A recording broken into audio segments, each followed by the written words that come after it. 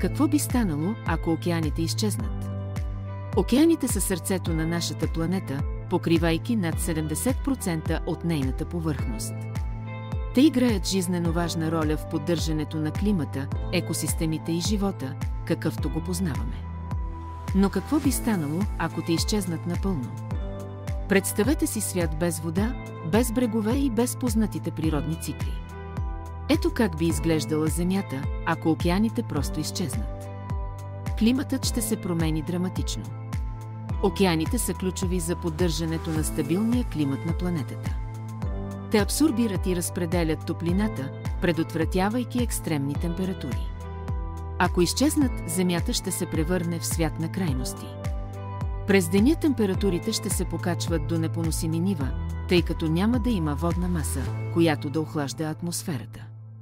През нощта, обратното, температурите ще спадат драстично, защото няма да има води, които да задържат топлината. Без океаните светът ще стане пустинен, сух и враждебен към живота. Кислородът ще намалее драстично. Малцина знаят, че океаните произвеждат огромна част от кислорода, който дишаме благодарение на микроскопичните организми, наречени фитопланктон. Тези организми съществуват само във водната среда и ако океаните изчезнат, те също ще изчезнат. Това ще доведе до рязко намаляване на кислорода в атмосферата, което ще направи живота на Земята практически невъзможен. Дишането ще стане трудно, а много видове от животни до хора ще се борят за оцеляване. Животът на планетата ще изчезне. Океаните са дом на милиони видове растения и животни. Те са основата на множество хранителни вериги, които включват и сушата. Без тях морските екосистеми ще изчезнат напълно, а хранителните вериги на сушата ще бъдат нарушени. Множество видове, които зависят от океанските ресурси за храна, ще изчезнат, а това ще доведе до каскада от изчезвания в природата. Човечеството също ще бъде засегнато, тъй като риболовът и морската индустрия ще спрат да съществуват. Водният цикъл ще бъде разрушен.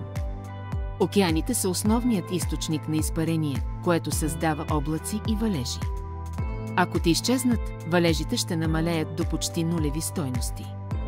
Това ще доведе до глобална суша, изсъхване на реки и езера и пълна невъзможност за отглеждане на растения. Светът ще се превърне в суха, прашна пустош, в която животът ще бъде почти невъзможен. Човечеството ще се изправи пред неизбежен край.